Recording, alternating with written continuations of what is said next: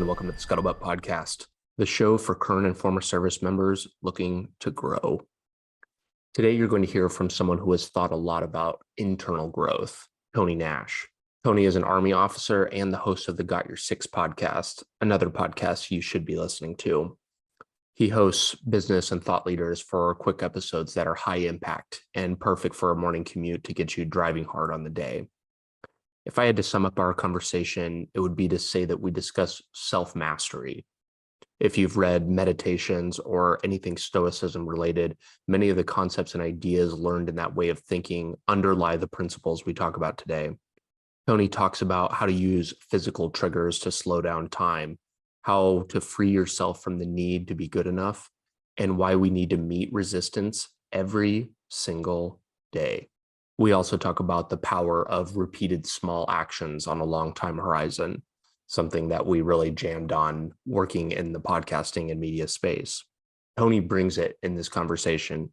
He's incredibly smart and makes big ideas seem small when it comes to relentlessly executing. Two quick things before we start. I've got my hands on a massive amount of Scuttlebutt podcast stickers that I'm trying to get out to listeners. If you read the newsletter, you already got this, but if not, head over to scuttlebuttpodcast.co. And in the most recent newsletter, you can find the link so I can mail you some merch. No cost to you, just to thank you for listening. Second, I've got this crazy goal of trying to hit 100,000 downloads this year. I'm putting in 110% effort to produce high quality conversations that help you think deeper, make more money, and act more intelligently. While you're listening, take 2 seconds and share the show on your social media and tag me. Maybe something you've learned, a good quote, screenshot of the episode, any of that is great. Those are going to be what helps get us to 100,000 downloads this year. Sit tight. You've got Tony Nash coming to you in 3, 2, 1. Tony, probably the most important thing that we need to get started with here tonight is the thing that you are the most proud of, but you never get to talk about. I don't know what that would be. I think I'm proud of a lot of different things, but I'm very open to discuss all of them. Right? Let's get into it. And there's some things that I'm proud of that they didn't end up working out, or, you just kind of, you work through them as they go on time. And I know we've already started the conversation. It's like, this is going to be one of those things where it's all platitude based. It depends on what Ranger School, proud of that. Graduating West Point, proud of that. Master's degree, proud of that. Being in the Army, proud of that. Being able to show up for people, show up for myself on a daily basis, right? Not every day I feel like I achieve what I set out to do, but I at least find something during the day to be proud of. So maybe it's, waking up, making the bed, and then being able to come back home after a tough day and seeing the bed made. Like that to me, it's like all this stuff we're going to do it again tomorrow and try again. Those are the things I'm proud of. So it's like this vast foray. I'm proud to be a husband. I'm proud to support my wife, who's also in the military. Yeah. So there's just a ton of things, but I feel like throughout conversations with different people, and especially, this being a podcaster, you're able to kind of talk about those things. So I don't really think I have anything that I'm proud of that I haven't talked about enough. You strike me as the type of person, and I'm getting to know you, don't know you super well yet. Yeah. So correct me if I'm off base here, but when somebody tells me that they are proud of little things like that, like the making the bed in the morning, I get the feeling that you are somebody that just kind of exudes that happiness and joy all the time. Is that true? No, not at all. And it's more a sense I'm trying to, especially where I'm at now, in my life, not physical location, trying to be more in touch with what emotions are feeling, emotions versus feelings, right? Because feelings are they can be fleeting, right? And then being able to kind of sit in different states, whether it's sadness or happiness, frustrate, all those different, you look at the wheel, right? And you can kind of see the different colors. So it's not always one sliver of that circle, but really trying to best understand where I am in time and space inside that circle, and then pull out some of the stuff, even if it's uncomfortable, trying to just look back at, all right, what do I feel this way for? How did I get here?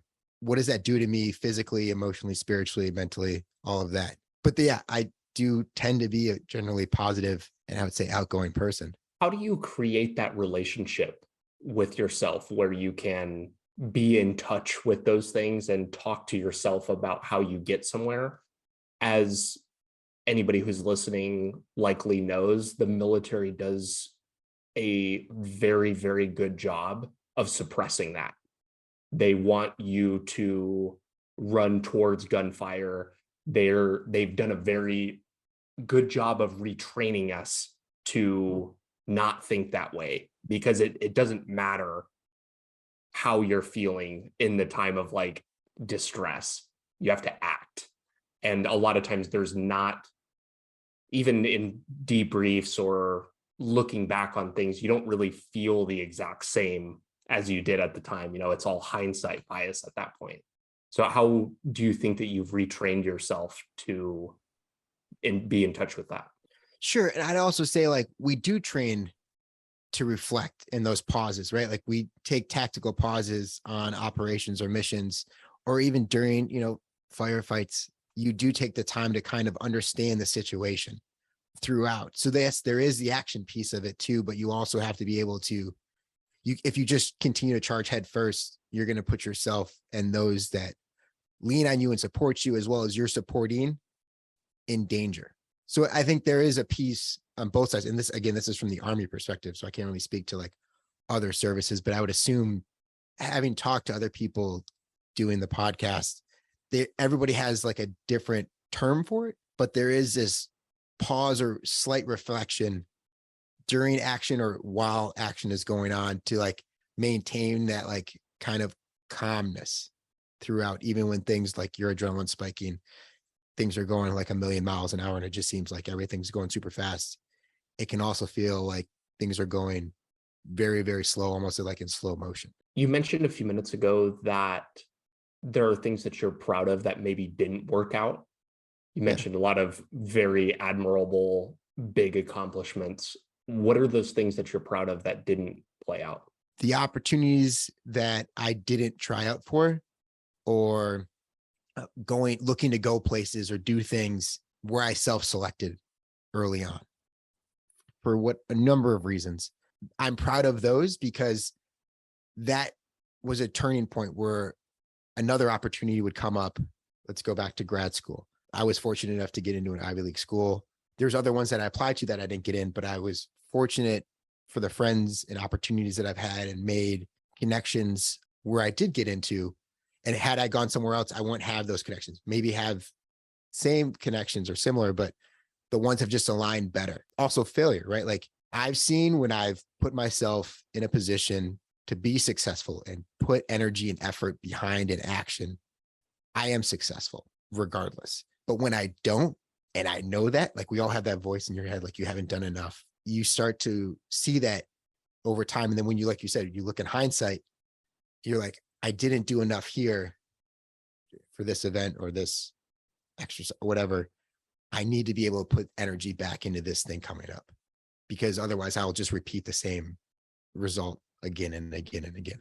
I think it takes a certain level of understanding about oneself to be able to look at past outcomes and understand that the outcome isn't always what the thing is to judge yourself against. Yeah. It's, hey, the outcome of this thing maybe wasn't good or bad, but it was how I reacted to it, or you acted differently. Like it's something that you were mentally working on. Maybe I think of myself like trying to be slower to anger about things, of like, I'm like, this situation didn't really go well, but I had patience in that moment. And that felt like an incremental progress, even though the end result may not have been like that great. Is that kind of what you're speaking to, do you think?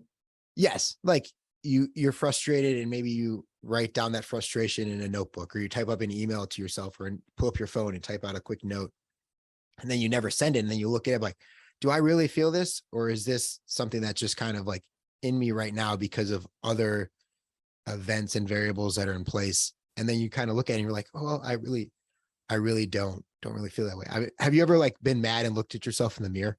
Oh man, there is nothing that will make you feel so silly Yeah. as when you do that.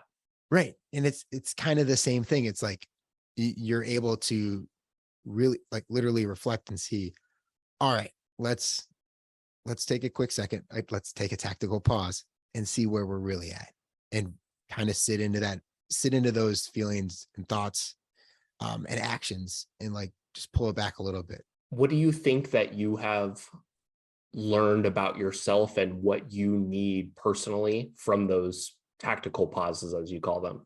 I think over time it continues to evolve, right? Sometimes it's, how do I become a better husband? How am I a better leader? How do I interact with people better or from a different vantage point, or really meeting people where they're at, as opposed to trying to like put everything out that I want to say, but instead receiving what they're trying to say. Like, how does that then change how I think or feel or handle the situation? Right. Because how often in the Navy, when you had people and there was an event and somebody disappointed you or frustrated you, and then instead of like flying off the handle and going right in on them, and you're like, all right, what happened? And they're like, well, this extraneous event thing happened. And you start to kind of sit back and you're like, well, I can't be too frustrated about that. I can be frustrated about those two things, but not all of this is on them. It happens. Yeah. It's And difficult. there is definitely a time when It- somebody just needs to, get kind of like, get the business, as they say. Mhm. I think that area and like being able to slow time down is something that I have struggled with very badly in my entire life. And it's something it's what I'm working on personally right Yeah. now. And that's why I'm interested to kind of hear how that process has kind of developed for you. Yeah. And I by no means have it all figured out, but there's like sometimes, right, when I'm in an event that I think is very surreal, or I just can't believe it's ongoing. I'll literally take my hand, or for people that can't see the video, like I'll take my thumb and my index finger and like pinch the webbing in between to kind of just like, it's the same thing as like people were like snapping a rubber band on their wrist, right? To just kind of literally like pinch myself and just like, all right. And when I do that, I can like go back to an event or a time and space. Like I can pinch myself and remember when I did that at Ranger School, because I was like, holy shit, I'm here. There's been other events like getting married, all these other things that I've been very fortunate to have in my life. I can go back to just through physical touch. Again, me personally, that's worked for me. That's been a thing to just kind of like slow everything down and really just kind of take in the moment. So it's almost like a physical trigger Yeah. to like get back to that. Did somebody teach you that, or is that just something you put together yourself? I don't remember learning it from someone directly, but you know how people always say like pinch me or something. So I would literally, I didn't have any, just have to do it myself. Huh, that's interesting. I'll have to try that. I've never heard that before, but I mean, I've heard the phrase, Yeah. and maybe that's where that comes from. Marking a moment for your future self to kind of like come back to Right. and be able to come back and reflect on in the future. Yeah. Well said. Much more eloquently than I just went on for about 20 minutes. No. I'm tracking with you now. I think that because it's extraordinarily difficult to, like you said, in those times where you're looking back and you've got the benefit of hindsight bias of, hey, well, this is how it should have gone. But when you can say, hey, this is how I was feeling in the moment, you can kind of like address that head on. Do you teach that to the people that are under you? Not directly. I wouldn't say, maybe like a one-on-one conversation, but I do look for opportunities to express gratitude to individuals. I think more so now than before, because it's one of those things. I think, especially whether you're a high performer, especially in that group, right? People are just like, all right, that person can do a lot of work, so they need more work to be more successful. And I've kind of gotten that from like different mentors and people I've come across, where it's, you also need to give high performers time and appreciation, saying like, it's not just like, hey, you're doing a good job, keep it up. What specifically is that person doing that you need to show them appreciation for? And that has allowed to kind of really slow down and say, all right, like, what am I grateful to them for doing X thing, Y thing? And that directly kind of goes into like almost like the physical touch, like the pinch me thing, but it's verbal. But when you say it, it's not just a rush, like, hey, great job, Steve. Keep it going. Like, I really appreciate you handling that thing 2 weeks ago. But you kind of have to sit in that moment, and it might be a little uncomfortable. People will be like, what did I do wrong? Like, nothing. I'm literally taking some time to say thank you because I'm generally grateful for what you're doing. It's funny how often that surprises people. Right. And the first time too, it's uncomfortable because you're like, well, I just kind of want to tell you thank you, and we can kind of, how you doing, keep it moving. But you have to really kind of sit in that and let the person know that it's coming from a place of authenticity and being genuine. Has the Army been everything you thought it would be? No, more so. Different. More in a good way? Yeah. I mean, I've been in almost 13 years and I still continue to evolve my outlook on the Army and everything because the people change, right? I'm not always with the same people, just like when you weren't around the same people constantly. So you're going to have different conversations. You're going to have different experiences, different events, different past experiences that they bring into those conversations. And it always fascinates me to kind of learn more about the people and the opportunities, and then have those shared experiences, both good and bad throughout. And being able to going through it with someone who's also seeing it from a different perspective, being my wife, like that just continues to evolve my understanding and my fascination around the Army and the people inside of it. Do you think that that's because the Army and the Marine Corps, I'm kind of guessing to my understanding, are much more people businesses than they are another type of business? When you say so what would you say based on your experience? What did you kind of see it as? What I've gathered from this podcast primarily and speaking with people in other branches and hearing the way that they talk about their jobs. And then as I take that and reflect back on my time in the Navy is very much job oriented. You come in, you're skilled to do a certain thing, and the only thing that they need from you is to show up every day and do that. There's not a lot of focus on cohesion around the people that you're with. If you kind of aren't getting along, you might get transferred, you might go somewhere else. It's not really about the people.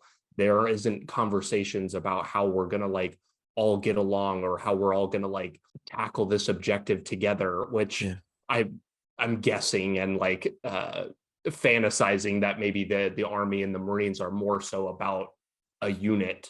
It's like an interview I just did recently was talking with a retired Army command sergeant major, and he said that the Army is a people business. That's kind of where I'm getting that from. It's more about the individuals and coming together as a team more so, but then, like I said, with the Navy, it's just, hey, you have this skill. Yeah. I think, again, not having been in a submarine or, on a ship, I still feel like there's a component to that, because there's a people component to that, because you can't turn a ship.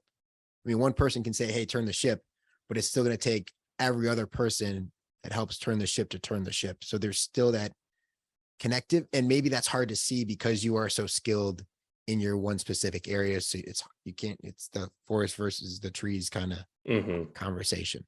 I think one of the things that I missed out on in a big way is being able to see that bigger picture. And that may be just being junior enlisted, that not really thinking, nobody's paying me to think that way or think about a unit or a group. And even at an E5 level, it was desirable because I was good at this XX skill. Right. Not about there's not leadership training like there is in the other branches that I hear of anyway. Yeah. So there's not an LPD, like a leader professional development set up both in the instinct and then the petty off, right? I think that's correct. Yeah, you're right. Okay. Yeah, there's nothing like that. Okay. Huh. That's interesting. And this is just another very large difference that I see in how the different branches kind of conduct themselves. And sometimes, well, not sometimes, a lot of times I wish that I had that. And I wonder if my experience would have been different had I had that. And don't get me wrong, I made great friends Sure. There just wasn't like this bond of like, hey, I'm part of this unit at my job. Yeah. Really, that wasn't there. And that's one of those things that we talk about. I mean, you've been able to have it in through your conversations in the podcast where you go away from kind of like the small talk of like water cooler, how's that local sports team, to like deep conversations. The more you kind of get to know people and you start to really pull back and kind of challenge your own beliefs in a sense where you're able to hear from someone else's, point of view. And then before jumping it, throw out your piece to it, you kind of just sit back a little bit and you're like, huh, I didn't really consider it like that. How does that change my perspective, if at all? Because what's fascinating is when people have debates and it's not like talking heads where they're screaming at one another, like just trying to yell, and it, for like the circus of it.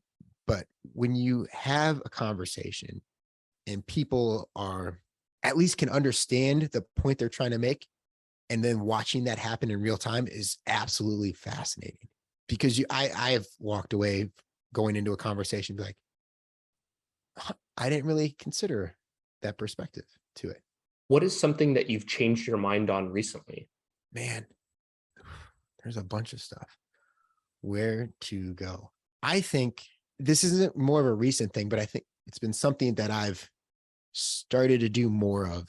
To think clearly, I've started to write more.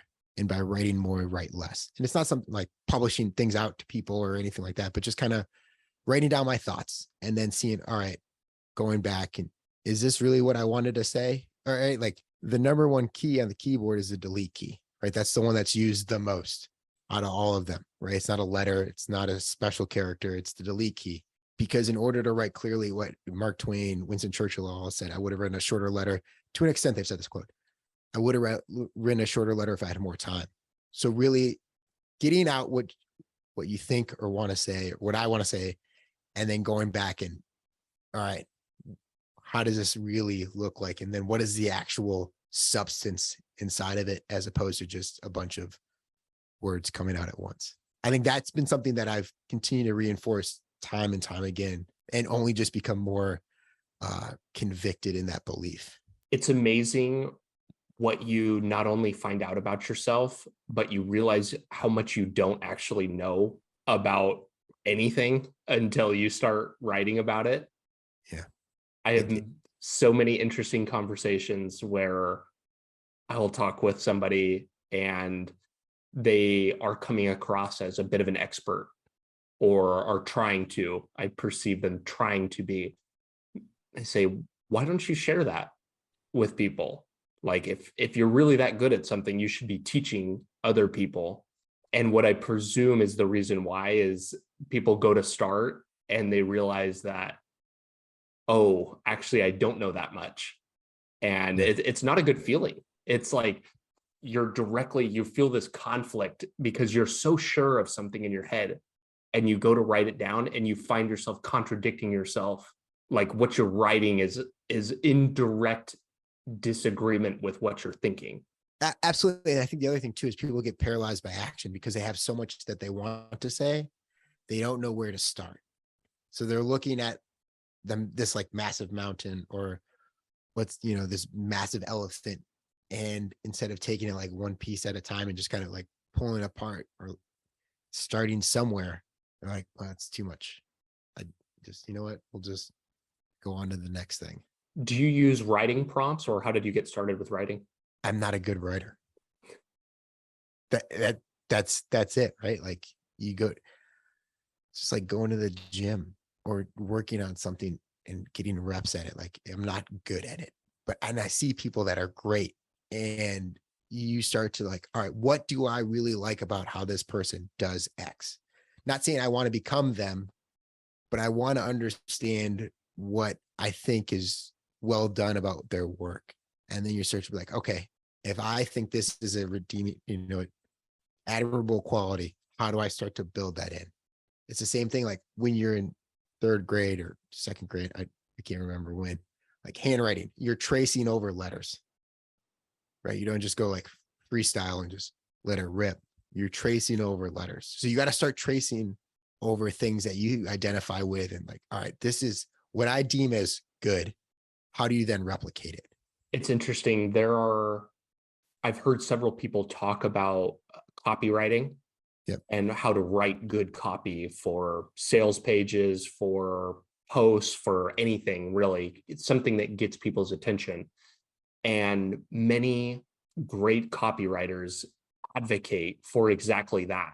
They go find something that's really good and they just copy it. They just write it over and over and over again until you get the form that it's supposed to be written in. And so it's interesting that you bring that up, because that's sometimes what you may literally need to do. Absolutely. It's just like, anything else, right? You have to be able to do the action in order to be able to see results. You were speaking to the conciseness that people write with. And I think that is one of the more ultimate tests of whether somebody really knows the subject or not. Because when you know something, you're able to say it in very few words. It doesn't take a lot. And generally, the longer form something goes, the more something's trying to be proven. There was, I took an improv class in grad school, and there was an exercise that we did where it was have a dialogue in 5 minutes. Like, okay, so we're doing that right now. All right, repeat the same dialogue with that person in 2 minutes, and then 1 minute, and then 30 seconds, and 15 seconds, and then 5 seconds. That gets hard real fast. That's really interesting. To that exact point. Yeah. Well, and I think that especially when you're trying to get good at something like writing, like anything, and I kind of want to like talk about podcasting and how this might relate to that, is Sure. It comes from the reps. It really, it's not about being able to just like necessarily be good at something. It's about like, you got to do something a shitload of times, like a lot of times. How do you think that your mentality about putting in reps has changed doing a podcast? You're coming up on 100 episodes. Yep. You're very, very close. You probably got the rest of them recorded through 100, I'm guessing, but. Yep. Yeah, you'd be correct. And this is kind of like an ego pet. I really, really, really love when people say, you make like, I can't do that, or whatever, like, but they don't see all the hard work that goes into doing that thing. For instance, like podcasting, it's not the caption writing or contacting people or hearing no, or not hearing anything at all, from reaching out to like potential guests or trying to put something together to like promote an episode. So there's so many reps that I had no idea about getting started. And I'm only showing up because like I committed to myself to like show up. And there's been times where I was like, I don't know if this is going to happen this week. And for whatever reason, just because of like, all right, we said we're going to do this, so we got to do it. I've made this commitment to myself. And you just keep doing it. And then it just repeats again. And that's The War of Art by Stephen Pressfield. I don't know if you've read it. Mm-mm. Fascinating book. And it's something that like I literally have next to my bed that I'll pick up from time to time. And it just talks about resistance and how you have to meet resistance, not just at one point, but it's a daily occurrence. And the more you're able to meet resistance and get through it, the more reps you'll have to get in, but also the more you start to understand and appreciate what you're doing, right? The artist versus a professional is really like a center theme throughout that book. My hat is off for all of the work that you've put in, because I don't fully understand it because you're way down the road from me, but my hat is off to you because Ditto, I same. know that you have been feeling resistance on this. I want to talk a little bit about how you got into podcasting. And I have many questions that I'm eager to ask, because you have all these amazing guests on, but never really get to hear from you as much as I really want to, listening to all your episodes. Why start Got Your Six? That came to me. I have a home gym. And then during COVID, I used to always would stop a workout and like go run off to go do something that would like come to my head. And I had to train myself like, no, I'm here now. I have to be in the gym, get the workout in, because I don't have time later. This is a priority now, as opposed to like trying to like go away from it. So I started like writing things on whiteboards that I would think of. And during the course of like a week or a workout, I started thinking, how can I use a platform? Because I saw people as well as myself trying to find identity post service. And I was still in service. I was just not part of a direct formation, right? I wasn't around people in the military. And I was like, well, this is kind of what I think this thing looks like. And then as I continue to like pull away and, like we were talking about, hitting the delete key a lot, I really came, all right, got your 6. What does that look like? All right, 6 questions. It's got to be short, quick, to the point, and really take an opportunity to see where veterans as well as current service members are continuing to find passion, not even passion, purpose on some sort of purpose-driven mission, wherever that may be, like I said, whether in service or out of service. And that's ranging from professional athletes to CEOs, small business owners, across the board. So I found, all right, what's my list look like? Who's on my list? So I started putting together this Excel list of people that I thought would be good. And the only buried entry is you either have to be in service or have served at one point. I think my list right now is at 570 people. And I've created bios on all of those people that I have like one pagers. And it's just evolved throughout as I continue. And then obviously the first episode and where it is now is different. And that's great because I've evolved. And just like you're 1,000 times better than I was at this point than where I was back. But we're not comparing or trying to compete against each other. I am grateful that you're able to rise faster, but we're just trying to do our thing in different ways. Mm-hmm. I think that early insight that you had is an important one, and important because the military will really take everything that you give it. And I was writing a post on Instagram before this and thinking about how I wish that I had been pursuing, or at least thinking about trying to find the thing that like lit my fire while I was in.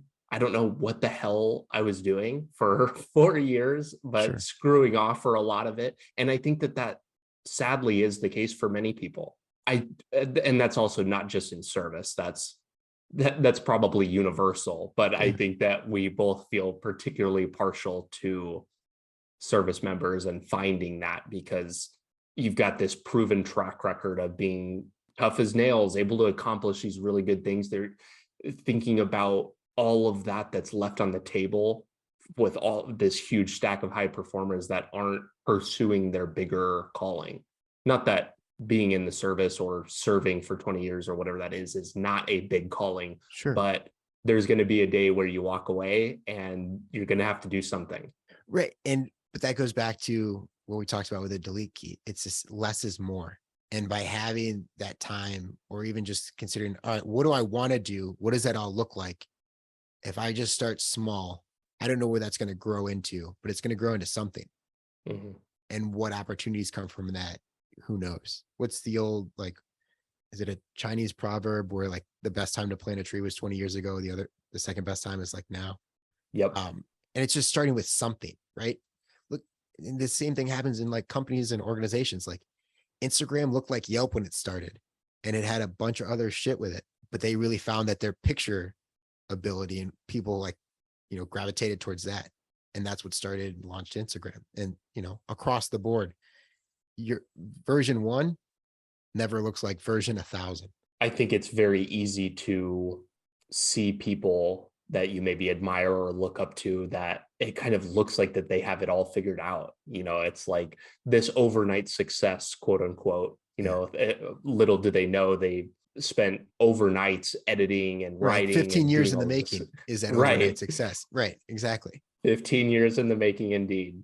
That's exactly right. And that it's daunting, and it keeps people from starting just anything. It doesn't even have to be exactly what you're going to end up doing, but you just need to start something today. Yeah. And then tomorrow, make it a little bit better and do it again. Resistance. One more day. We always talk about day 1, but we never talk about like day 2. Right. Yeah. Let's we're on day 2 around these parts. And there's nothing wrong with being on day 2. There's not. It's okay to be on day 1.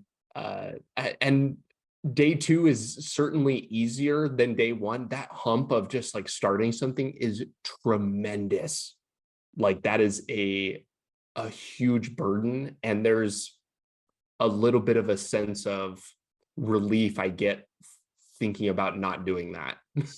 I'm sure that there will be other things that I need to, and I currently there's a list of things that I'm on day one on that I'm kicking the can down the road on, but podcasting is something you can kind of Yeah. come back to and say, we're on day two for this. Think back to the Teddy Roosevelt quote that everybody loves to talk about, the man in the arena, right? There's a person sweating, dripping in blood, the whole thing. But when you're up in the stands, in the nosebleeds, that person looks really, really small. So for them to move a little bit doesn't really seem to look like a lot. But the person in the arena, when they take one step, that's huge. But you don't see that when you're up in the nosebleeds or anywhere else inside the stadium, because it really doesn't do anything for you. It doesn't move you. Mhm. Physically doing the thing, being in the moment, man, that's the best. There's a sense too that it makes you feel more connected to reality. Like you're not just like an NPC walking around in the world and life is happening to you. Right. You're able to like, I'm physically altering, and it's like starting to write or starting to podcast or any type of, I would put anything creative into this same type of thing. You're bringing something into existence that wasn't there before. You're altering your life and somebody else's eventually. That's big. Like all it takes is once. Right. And it's 1-0, just like in like computers. Is it a 1 or a 0? It's the same thing when people like go do wild events or well, I was talking to somebody the other day. They're talking about dry January and 75 hard came up. Andy Frizzell and the team, right? Like people have these massive results because they've had to do 7 massive, I think it's 7 or 5 massive things every day for 75 days straight. So not just one thing, like a ton of like 5 things. So you're going to see these like crazy results, and crazy, I mean, like very drastic results at the end of the 75 days, because it's not just one thing that you focus on. It's, multiple things. Have you done 75 hard? I did in grad school. Yeah. Okay. It's brutal. Yeah. It's absolutely brutal. That is a very unpleasant challenge to do, but and I think when you look back on that, what are you the most proud of? I think that I'm kind of going through this same sort of feeling on on something else that I'm kind of working on while I'm going to school. Yeah. But I think the thing that I'm most proud of is after a little while, it becomes less about the things that you're doing that are part of like it's the 2 workouts a day, it's the water, it's your 10 pages, your picture or whatever every day. Yeah. That's like level 1 thinking, and like dealing with those every day is like kind of what you're going through for the first like month. But then after that, what it becomes is a game of like time management. And I think that looking back on my experience doing that is I was so proud of seeing what I was able to accomplish while still doing that. That is a really interesting observation that I had is about myself, and probably one of the first times that I realized that is I need to like saddle myself down with work to the point where I just can't move, because that's the only way that I can break through these barriers of like seeing what my output is, like physically, whether it's working out. I really enjoy these like ridiculous like physical competitions and like races, and like mentally like that was, and physically too, a challenge. But I enjoy things where it pushes you up to the next kind of tier and you're seeing like, oh, I have a new floor, basically. So I think that's my thing. And to what you were saying too, is like, you don't remember the days that were like the easy ones. You can probably think back to like where it was like 10, 11 o'clock and now you're like, oh shit, it's almost, I got to get this thing done. Right. I've gotten this far. Like, I'm not going to throw everything away within this next like 15 minutes. And those are the ones you look back and you probably think like, yeah, that sucked, but like to the time management piece. Like, Mhm. I think that there's an element of that with podcasting too. And one of the questions that I had actually, we're flying all over the rails in this conversation, which I love. It's absolutely perfect. How many times have you thought about quitting podcasting? I don't even know a number. Really? Like, I don't keep track of that because like, But it's more than zero, right? oh yeah, yes. Okay. Yeah. It's like anything else in life. Like, this is hard, right? Like, growth is tough in any endeavor, creative, life, relationships, right? It's going to be challenging, and it's very easy to be like, well, what happens if I don't? What happens if I Mhm. just stop? I don't, but here we are doing the thing. Where do you think the line is drawn where your commitment to something and the fear of losing your streak is what keeps you going? Because it's never clear to me when that obviously changes over, but it has me thinking about that because it does happen at some Yeah, point.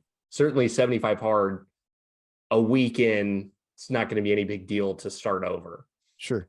Day 40, you're hurting. You really don't want to give that up. Right. I think it comes down to priority, and not everything. Obviously, priority dictates things to be in a certain order. And when things get out of that order, obviously the priority changes. But then you have to look at, does this thing become more important than the other things? Like, am I is dopamine hits on social media more important than doing work for the podcast or spending time with my significant other? Where does that stuff rank? Right. I can tell you significant other, da da da da da. I can say that, but am I doing that? And then when you start to look at your actions and how they correlate to your thoughts, that's when you really start to see, to your question, right? Where is that line? I like that. I think that that's the right way to put it. And it's obviously going to be different for everybody else, but it needs to, Absolutely. the thing that you're working to do needs to go up the rank on the list. And the more clearly you can convey or understand yourself, right? How simply can you convey the why behind doing it, the higher it's going to be on the list. Mhm. Well, and I think having the pursuit of a big ambitious goal like 75 hard or having that weighing on you is a driver, but it also is a detractor too, because if you're not careful, it becomes that thing where it's like it's too big to accomplish. It Right. needs to be like just achievable enough to get you to the point where like you need to unlock the next door of like, oh, this is actually like a 10-year journey that I'm going down. And I think that that's maybe you feel similar going down this podcasting journey. But I know when I started out, I said, I am going to try and do this for like 10 episodes, see what happens. And Yeah. then the 10 episode doors open and it's like, okay, maybe 6 months. And then now it's like, okay, I like this enough. Now it's the 10-year door Right. and it gets bigger and bigger as you go. Yeah. 0 to 1. Right. That's all you're trying to do. That's all you got to do. Just make something out of nothing. Yeah. Or I mean, it's there, right? All this stuff is there. Just like a block of marble can be turned into something just absolutely stunning. Mm-hmm. But when you look at the block of marble, you're like, oh, that's just a block. It doesn't move me or anything like that. But when you start to really take piece by piece away from it, to your point, right? That's where that 10-year play is. But it's small changes along the way. What do you think your biggest learning from your 100 some odd episodes that you've done? Take myself less seriously, right? What is Like, that? What do you mean by that? and what I say by that is it's great to have and want to do all these things, but just focus on going from 0 to 1, getting an episode out, finding like doing all the things, like the basics. Everything else is like, I enjoy the conversation. That's why I keep showing back up for podcasting. At the end of the day, It's the conversations I get to have with other people, and learning from others is where I just completely vibe out. All the other stuff that's part of it. There's been a lot where I've tried to start to do and go venture into other areas. I'm like, this is great. I think I need to go in this because I got to grow the podcast and it needs to be like this massive thing. It's like, hey, who gives a fuck? Does it really give you that much more value to go do that thing? Or is it just having conversations with people and talking about that with others, and then being able to learn and implement what you've talked about in that conversation in real life? And when I start to get away from that, that's when I get frustrated. That's when the doubt builds up. That's when the imposter syndrome comes in. That's when they're like the thought of quitting comes in. When I just go back to having a conversation, that's the zone, baby. I think at a certain level of performing a baseline of just putting out a weekly episode or whatever, after doing that for a while, you get comfortable with that new norm, that new baseline of like, hey, this is a requirement. This is something in my life that will be here. It's on the priority list, as we talk about. It's up there, not above the spouse, but where it's up there. Exactly. As those other things. And I'm curious what those other things are that are wanting to kind of like distract you or add on to that. But, and I want you to talk about that here in a second, but as those kind of creep in, we have to kind of make a conscious decision of like, is this, we're fighting the feeling of like, oh, is it just going to be this? As if like somehow putting out a weekly show is like not enough or not big enough, or you're not the number one on the downloads chart. Yeah. And then I also realized like, hey, jabroni, what's your job? What do you do? I'm in the Army. That's what I enjoy doing. And at the end of the day, like, that's the profession. That's what I'm a part of. The podcast is just a creative pursuit to kind of allow me to reflect on my time.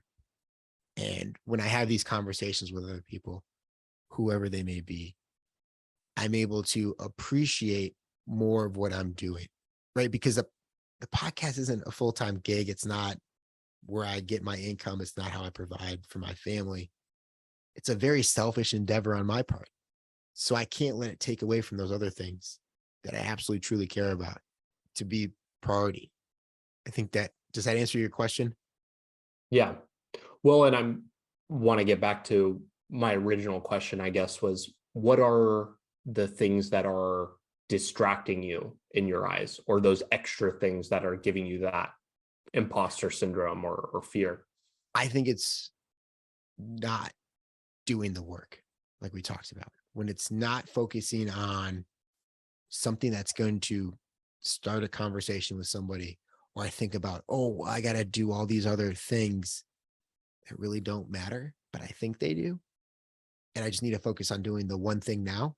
That's when all that other stuff, that doubt, all that just comes like just the gates open and just comes over me. And I have to like swim out of it.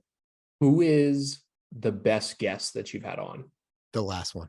Is that one of those phrases that it's just the best is the most recent because it's the best, or is that actually that's just how it goes. The like best? I am better I have a better understanding of the world of doing this. So I'm going to be able to be better for the person I'm talking to each episode. Like I'm better now because of this episode for future episodes on the Got Your Six podcast because of our interaction and our dialogue. I got you. Let me put this a different way. Who have you learned the most from? How about that? That's actually what I'm trying to ask. Yeah. No. And that's the thing. Like I've learned from everyone, right? And it's not like a volume based thing where it's like, I've learned 10 pounds more from this person than another person. Like if I didn't learn from Nate Boyer from Emerging Vets and Players about,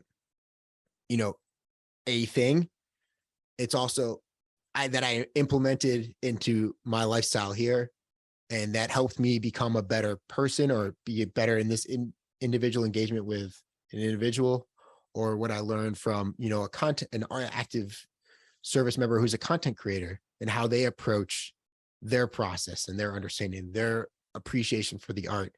It's hard to pull back and say this is the person I learned the absolute most from, because everyone's conversation has impacted my life in one form or the other. in a different aspect.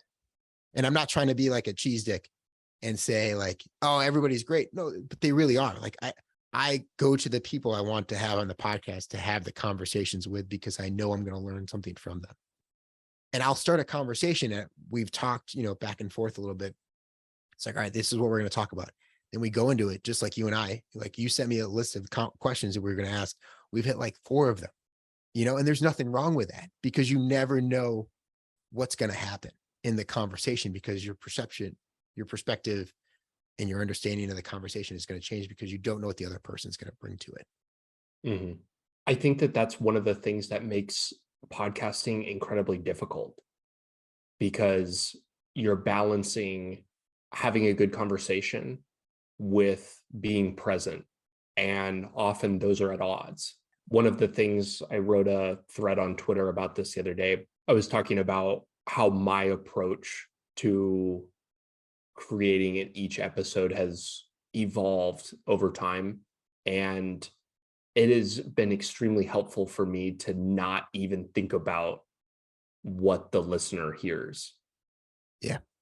A baseline of, let's have some good audio quality. Let's make sure this isn't just us coking and joking for an hour and a half.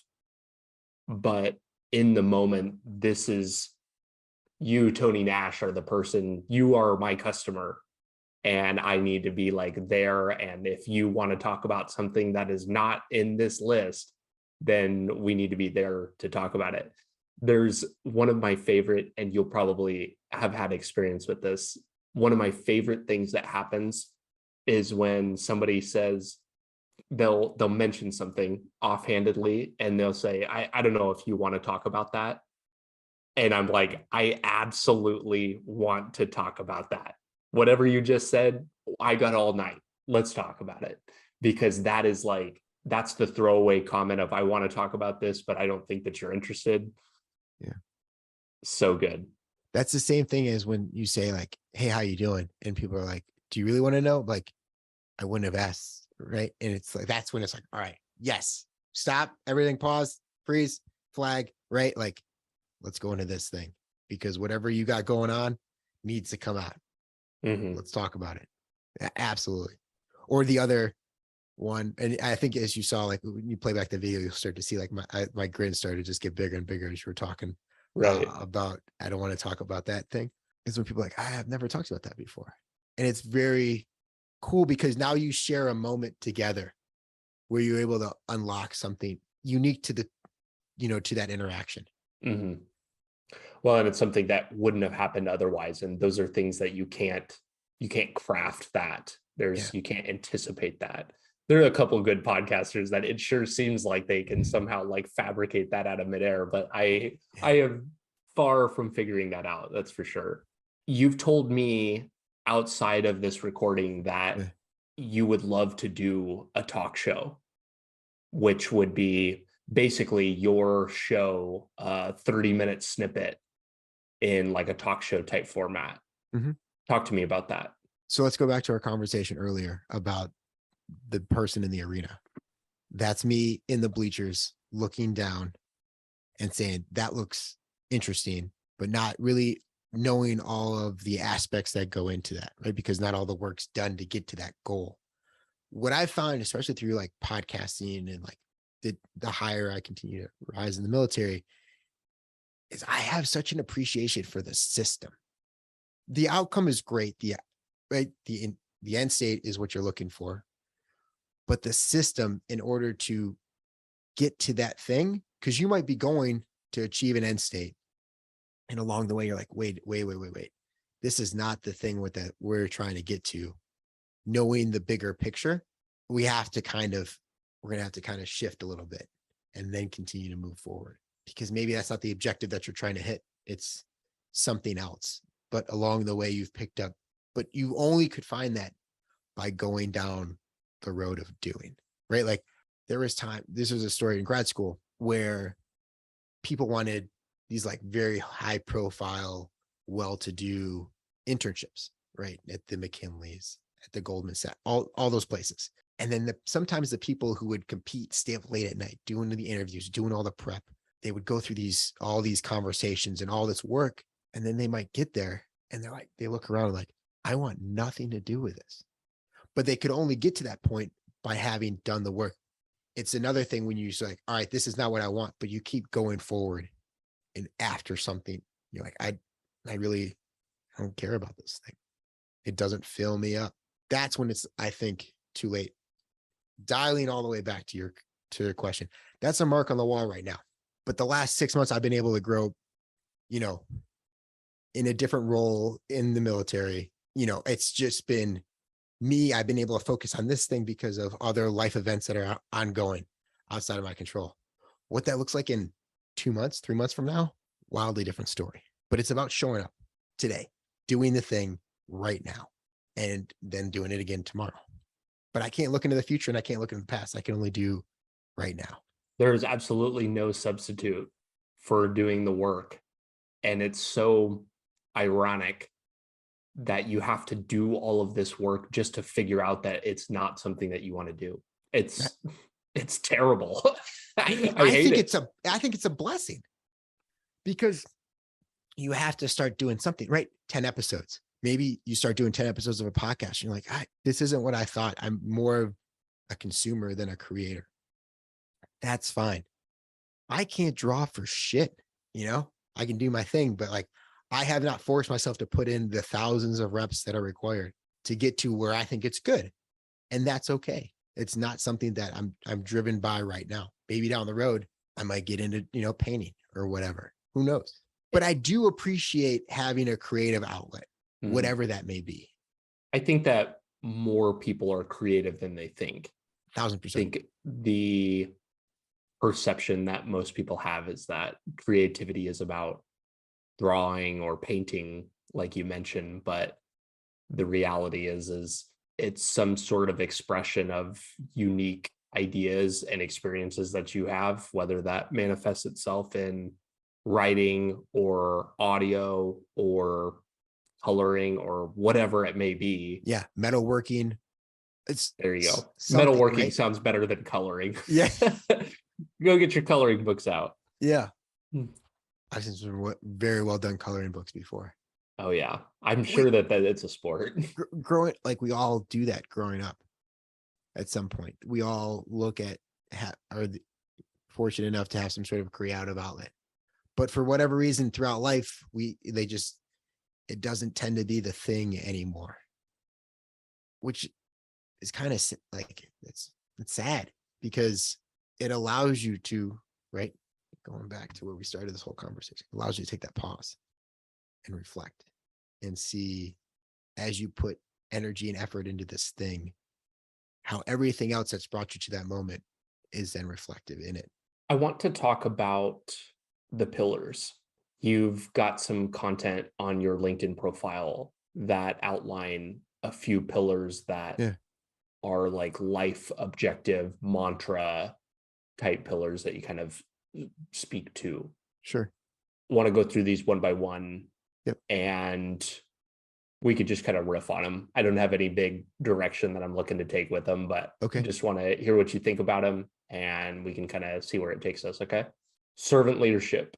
This is an extremely popular phrase in the military. What does that mean? What is servant leadership? I think before we even get into that, because that's such a very massive question, instead of what does it mean? What does it look like? Right? What does servant leadership do for anybody? Right? Because you think about it, it's almost like these two words are in contrast to one another. You have someone who you would deem a boss and another person a servant. And then you put in in your head, there's some sort of hierarchical establishment of where these two things exist. But it's being able to, through a team effort, a group of some sort, right? For instance, the military, knowing that no one is better than the other person, right? There's separation in the military, obviously through rank, but that really boils down to experience, and knowing when you can have people step up as well as kind of step back in order to get things done along the way. Or you lead to serve and serve to lead. I found myself pausing quite a bit, because you have like responded in so many ways that I have like not expected. And it's been good. You've been really good at keeping me on my toes on this. I appreciate it and I'm thankful for it. The most unscripted responses I think I probably could have guessed. So I dig that. I need that. Yeah, man, it's just like you, right? I can only speak to what I know at this point in time and space. Like I can't claim to know something else. And there's been times where like maybe you not embellish, but you like start to lean in and then you're instantly met with like regret because you're just kind of taking other experiences that you actually haven't lived. And you're like, well, I've heard about this thing over here. So I'm going to kind of put this into my space. And it's like, whoa, time out. You can't really own that thing yet because you haven't fucking done it. Yeah. Do you think that the military does a good job of teaching servant leadership? I don't think it's fair to umbrella that underneath the military, right? Because it's the individual leaders that you're fortunate enough to be around, as well as, right? It's not always the leader, right? You can be the person to your left and right, that you learn a lot from, but it's being able as an individual to understand all the different signals or all the noise that you're getting all at once, and then separating that into signals that you deem to be attributes that you want to embody and use going forward in life, right? Like how many different leadership styles are there? As many people that exist in the world. There's certainly way more ways than one to be a leader. Right. And yes, there's ways that are taught, but the practice of doing it and honing that craft, maybe you have people that like just geek out about learning about leadership and understanding, hey, how did this, business leader turn around this company? All right, what can I learn from that and implement into this? Maybe something, maybe nothing, right? It's like if you were to consume every book that you ever saw in your life, how much knowledge would you have in your brain? Be massive, huge. But are you able to action all of that knowledge, right? Like people talk a lot about this Chat GPT, which I think is fascinating. It's absolutely really, really interesting. But it really comes down to asking the right questions, providing the right prompts to get actionable insight of what you're looking, because it's able to scan so much data. But if you just enter at a basic level, you're going to get a basic answer. But the deeper you're able to kind of go and set the scenario and the situation, to leadership, right? The more experience you have, the better you understand a situation. Do you think that more or less, right? And then that could also be like, you can also learn a lot from somebody who's less experienced because you're hardened in your ways. Like, this is the only way I can do this thing. And somebody else comes along and be like, well, instead of trying to like jump over the door or go around the door, why don't you just open the door? And you're like, we should probably open the door. Do you think that leadership is overly talked about? Again, that's one of those things. I personally think you can't talk about it. It depends on what level you're talking about it at. In the sense of like, are you talking about like the word leadership, or are you talking about a specific instance and an action and really kind of diving deep into a very microscopic thing? Because then no, what's the end game? What's the end state? What are you trying to get out of it? Right? Like people can deep dive into wine. Like you and I could talk about wine, but when it comes to this very specific bottle from this valley in France that does this wine because of this soil and this climate, you start to realize like, I don't know shit about that, but I can tell where the legs, this thing has got legs and the tannins, right? So it really depends on like what circle or conversation you're in. Are you a big wine guy? No. You were talking like you were. Right, exactly. You were saying all the words. That's like leadership. All those guys are like, thing, right? Like you can just leadership this. You can talk all day long, but unless you're actually doing the thing, what is it other than words? The second pillar that you have is life tactic. This one was a little bit more difficult for me to understand. So jump in here. Learned behaviors, belief in the value of failures. Yep. Think about it like they're habits, more or less, right? You implement something, right? Like when you get up in the morning, what's the first thing you do? Coffee. Right. But how do you get from your bed to coffee? You gotta stand up, I guess. Right. So you go through an established routine, right? Just like in the military, you have some sort of like tactic or like battle drill that you implement time and time and time and time and time and time again. But when that situation happens where you have to implement that tactic, it might not look exactly like you guys implemented, but it still has the same elements to it. So understanding, while you want to go to the gym every day, but for whatever reason, all you can do is maybe get like a quick run in, or even less, like you just spend 10 minutes in like a bottom of a squat. Not even 10 minutes. That's a long time. You spend like a minute and a half in the bottom of a squat. Did you still get a workout in? Depending on your level and your, how many times you've shown, like maybe that's massive. Just sit. When's the last time you sat in the bottom of a squat for like an extended period of time? It's been a while. Yeah. But it's recognizing what is the actual understanding, the why, what am I trying to get out of this thing? And then getting to that end state, right? Going back to the systems. That's what I would try to talk about. Like when I say like life tactics, that's what I think about. Being flexible with, it's not always going to look the same every time, but you're still working towards it, whatever that end state is. I keep pointing over here, like you're going to see something, but that's just kind of like my hands come out of camera. I'm imagining it. Yeah. Thank you. So are you saying that there is value in doing an action even though it may not look like your typical daily action? So you don't have the 45 minutes to an hour to lift, but you go and do the action even for a short period of time to kind of remind yourself of what you're supposed to be doing. Maybe life gets in the way for some reason, you physically can't do it, right? But you're going to go kind of put yourself in the headspace, even for a minute, of, oh, I'm going to work out, and then go about your day with whatever the circumstances are, to kind of like keep that habit. Is that? Yeah. I like that. I think that I've found myself doing that subconsciously, weirdly. Mm-hmm. And I think that if you have a habit, you kind of do that innately. Yeah, you do. That's interesting. I've never heard it called that, or that action referred to, though. Right. Right. I think it's Jurassic Park reference. So if I get it Oh, wrong, dude, I'm please ready correct for me. that. Drop it on me. Let's go. Life finds a way. Oh man, so good. That's the first Jurassic Park reference on here. So in the same way that your most recent episode is your best one, this is also my best one. Clever girl, clever girl. That's a classic. Yeah, it is. The third pillar. Well, I'm going to have to think about that one. I'm probably going to have more to say to you. It will certainly be beyond the scope of this podcast. Fine, but this is not our only conversation. We both know that. Yeah, right. Yeah. I'm never talking to you again after this. This is hit the bricks. Hit the bricks, my man. Get out of here. I am this was a one-time relationship, single serve conversation. Very transactional. Respect. Right. Respect. I appreciate you being upfront about that.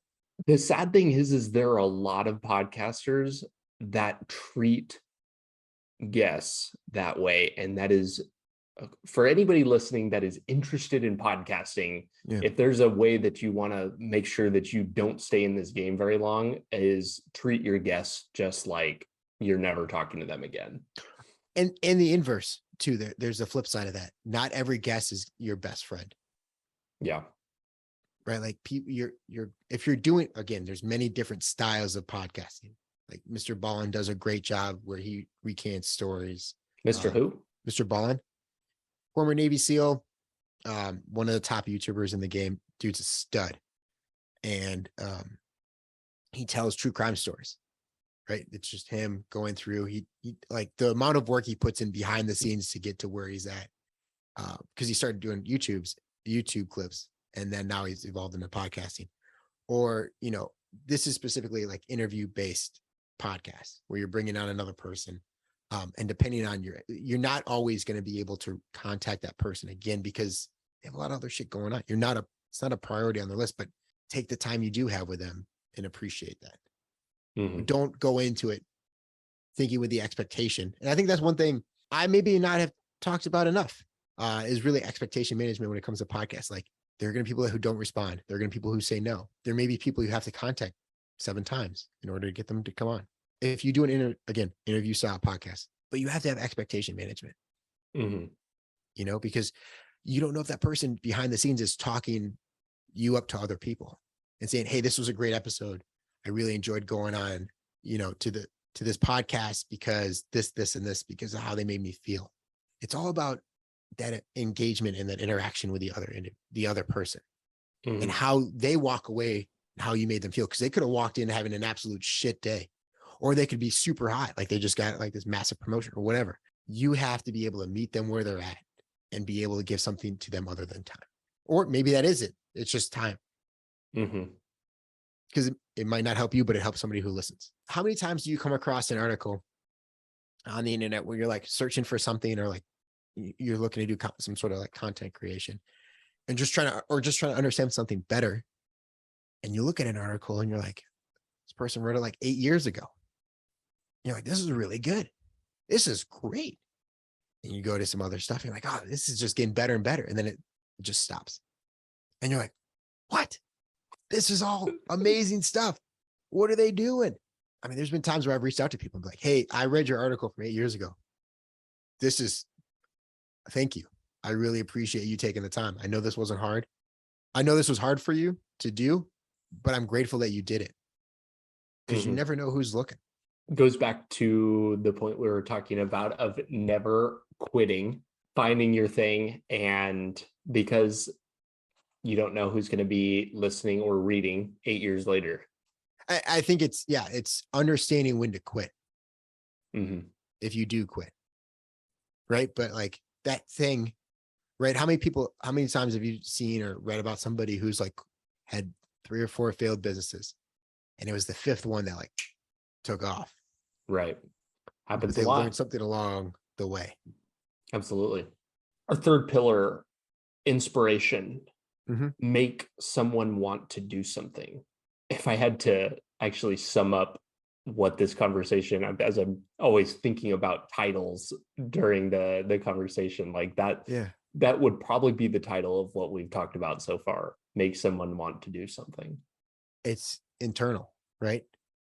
Inspiration is internal. I'm not in the convincing business. I'm in the conviction business. I'm trying to understand what the fuck I'm doing on a daily basis.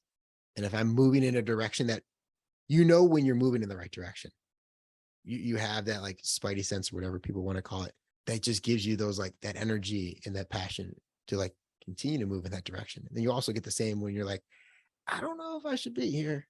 This isn't really my jam. Does podcasting give you that? Does it give you the spidey senses? Yeah. I wouldn't keep doing it if I didn't get something out of it.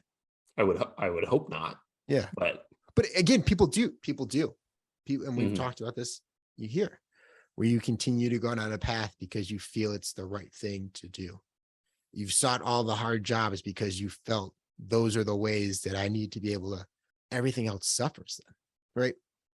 This is a story when I tell every time I get emotional. So bear with me. Were you ever part of a walking the plank ceremony in the Navy? No. All right. So I heard about this once. I've never seen one, but I believe that it's a true story. So anybody who wants to call me out, please do. That's how we all get better. But I heard this thing called a walking the plank. A person's retiring and they're facing the formation, right? And right before the end of the ceremony, the formation does an about face and turns around. So the person's looking at the backs of heads and everything like that. And this is very emotional. And then the individual who's retiring has to do an about face and walk the plank to whatever their next journey is. Sometimes there's family there. Sometimes there's nothing there. At the end of the day, the army goes rolling along. The military, whatever that thing you're doing will continue to go on. You have to be able to continue on your journey down the path. But who's with you? There comes a point, right, where it doesn't just happen overnight. There's different events that happen along the way. Some microscopic, small, little events, but they compound over time. Just like we're talking about 0 to 1. And if you're willing to sacrifice all that, just know what's there for you on the other side. I've heard you make that reference in your podcasts before. I haven't heard it talked about in the Navy or otherwise, but I think that the message there is incredibly important. Yeah. And sometimes the outcome isn't exactly what you think it's going to be. And that kind of leads to one of the questions that I had about this particular pillar. If we can't necessarily make other people do anything, we want to aspirationally like inspire them with the things that we do. How do we inspire ourselves? How did we get here today? How are you and I having a conversation? This isn't my podcast. What made you show up today? Just wanted to have a fun chat with a homie. What else? I'm working towards finding out what my thing is. Yeah. And you learn by asking questions. It's not the answers. Everybody wants the answers. Everybody wants the hacks. Everybody wants that quick shortcut to get to that thing. But we lose focus of the questions are what really matter. It's all about the journey. It's all about finding your journey. Thinking about that, I don't know how you don't inspire yourself when you hear that, which is kind of, you answered my question perfectly, but it's, you have to be thinking about, hey, I have to be on my own journey here. Yeah. You have to be honest. Yeah. With yourself, which is really hard. Because very hard. We will talk so much absolute shit about ourselves inside of our own head. Like if we were to talk to another person, we'd probably be like arrested or beat up or both or a number of other things, right? It's very easy to like get inside of our own heads. Like, why aren't we enough? Instead of asking like, why aren't we enough? It's just really the emphasis inside of the question that dictates a different answer. One of my favorite quotes, I'm not even sure if it was actually him. He might have stolen it from somebody else. Naval Ravikant, I'm sure you're familiar. Yep. He talks about joy and joy being happiness at rest. Mm-hmm. And I think that that's what you're getting at. Joy or acceptance of being incomplete, being on the journey, not arriving, maybe ever. I don't know if you ever really arrive. Right. I'm not sure what the end point is. Sorry. People will say like, all right, hey, you just won the Super Bowl. What are you going to do next? Like, it's, I'm going to Disney. Well, like nobody ever says like, I'm going to just, so sure. People do take in the moment and appreciate it, but everybody wants to know after you achieve some sort of end state, what the next thing is, as opposed to just kind of sitting in the moment. You never see an interview where it's just like, they just put the microphone next to the person. They don't ask a single question. They just kind of like take it in, right? Because we want to know, we want those answers. It's the answers that we seek, as opposed to just, like you said, that just content of being in the moment. It's incredibly difficult. Super hard. It's not easy. It takes a lot of work to exist. Mm-hmm. Well, and be okay with just, like you said, the moment, the process. That's a lifelong conversation that you're getting at right there. Fourth pillar, discipline. Mm-hmm. Delayed gratification. Yep. Hard. It kind of falls in line with what we were just talking about. Yeah. Right. If you want that thing tomorrow, it's not going to happen. It ain't going to happen. If you want that thing 10 years, right? It might be something that happens that's even better than that thing that you want right now. I've seen a lot of people talk about this on like Twitter and a lot of places where we overestimate what we can do in a day and we underestimate what we can do in a year. We're not designed innately for long-term thinking. Yeah. I don't think that that's something that comes natural to us. No, because you're trying to survive. I'm sure that you've read it. Meditations, Marcus Aurelius, mm-hmm. Stoicism. This conversation is reminding me a lot of that self-mastery that he talks about. And that, like I said, that happiness at rest, that okayness, the stillness that speaks to, of just learning to delay the gratification that is already the end result. There never will be a day where you will feel satisfied enough, probably. And that's an unbelievably difficult thing to accept. Yeah. And being able to appreciate satisfaction when it does, because it is fleeting. Because when you do put in the work and you get something that you've worked for, we can't bottle that up. Like you have to just be able to sit in it because it happens so quick. And all that hard work, all that energy, all that effort, all that sacrifice goes towards that thing that goes by so fast. So you have to be able to stop yourself and sit in that and experience it. Because if you don't, that's when people look back and say, was all that effort, all that energy, all that hard work worth it? You never really sat in it, so you don't know. Mm-hmm. All right, I got a quote over here. Like, forget the fruit, slay the beast, focus on the work. I got that from Joe Byerly, who from the Green Notebook, phenomenal blog, podcast, dude's a stud, guest of the friend of the show. And I've written that not only up there, but I also have it in the gym too. When I start to get out of sorts, start to get over my skis, start to get overwhelmed, I think back like, am I doing the work? Or am I focusing on something that won't happen today, but the work's going to happen today, but I'm not doing the work? It's so easy, especially in this content. I hate calling it a game, but let's be honest, it's a fucking game is what it is.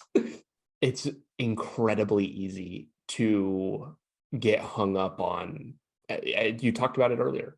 All of these other things that are not just putting out a weekly episode. And it comes back to like, hey, well, is this what I'm thinking about? Is what I'm obsessing over, what I'm worrying about right now? Is that getting in the way of the bare minimum? Is that pushing that bare minimum thing forward? And if it's not, it usually isn't.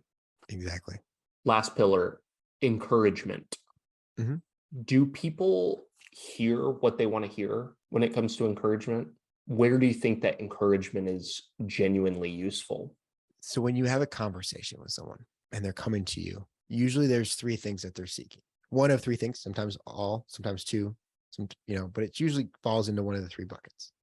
I call it MVP, right?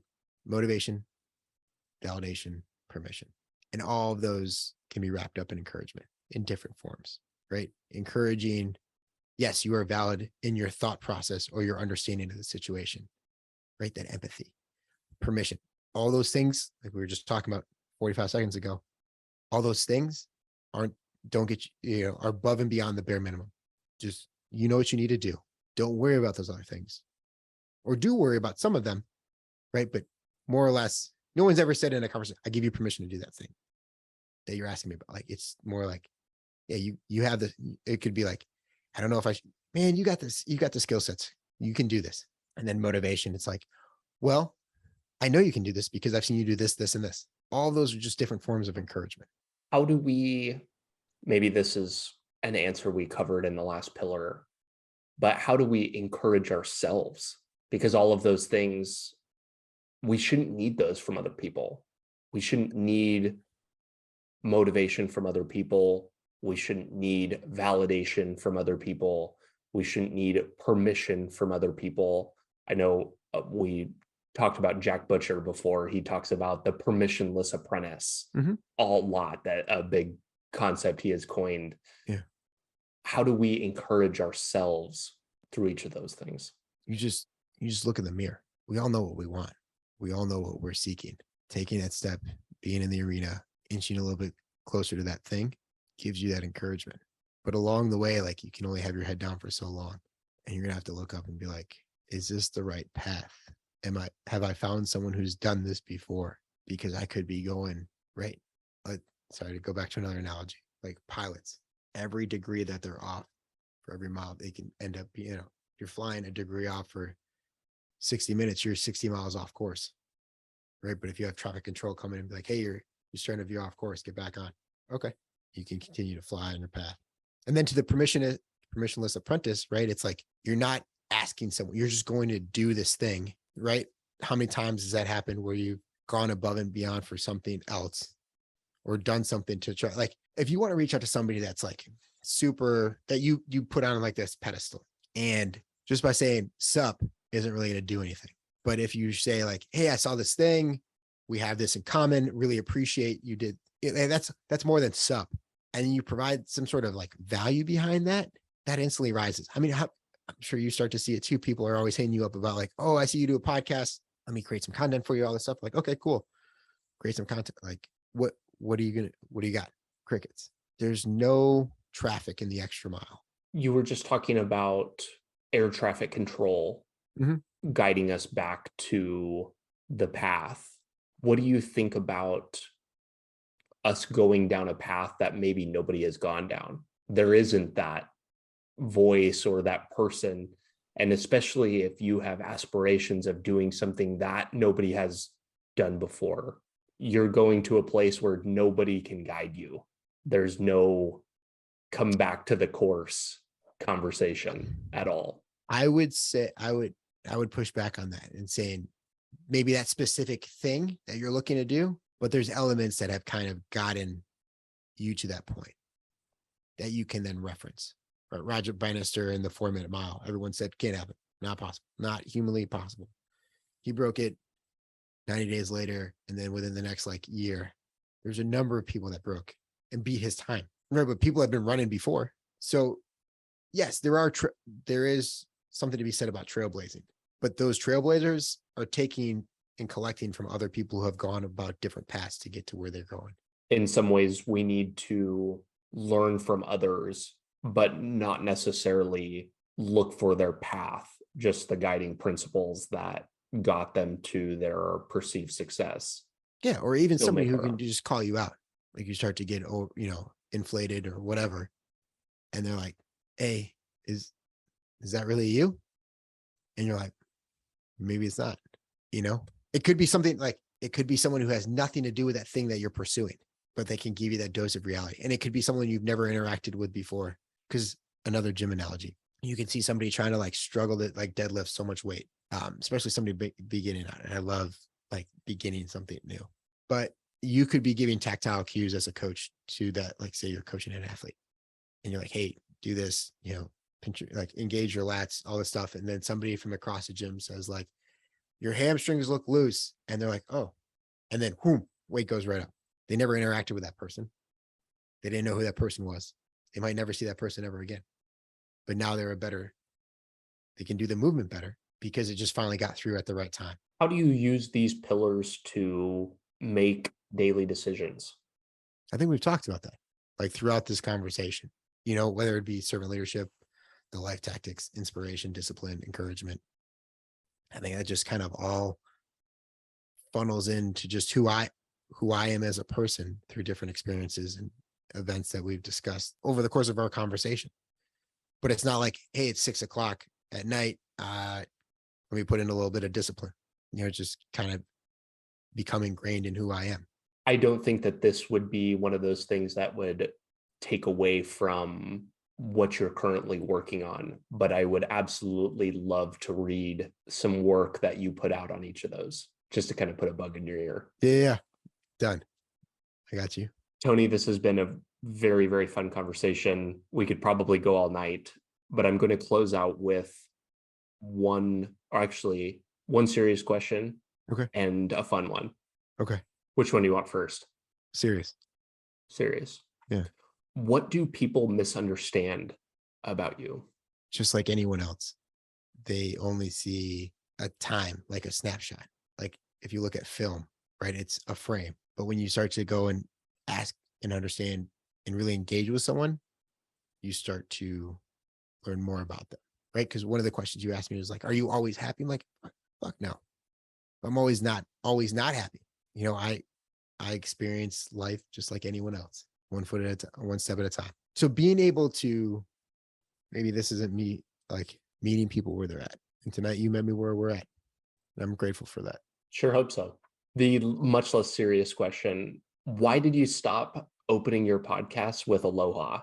So I did 4 years in Hawaii, had a blast. And as time has gone on, that is no longer like it's a part of me. It's an appreciation of where I've been, but that I've evolved, right? Like just like your episode 1 isn't the same as where you're at now. You have to continue to evolve who you are as a person. Yeah. Oh, that's good. From time I to was time, curious if you I'll still, were from there or no, I mean, stationed there at at the end of the day, I'm just a kid from Buffalo, New York, man. Brock, that's what it is, bro. I'm grateful for excited my to time. see and be having this conversation again. We will have this conversation again before you hit 200 episodes, but Yeah.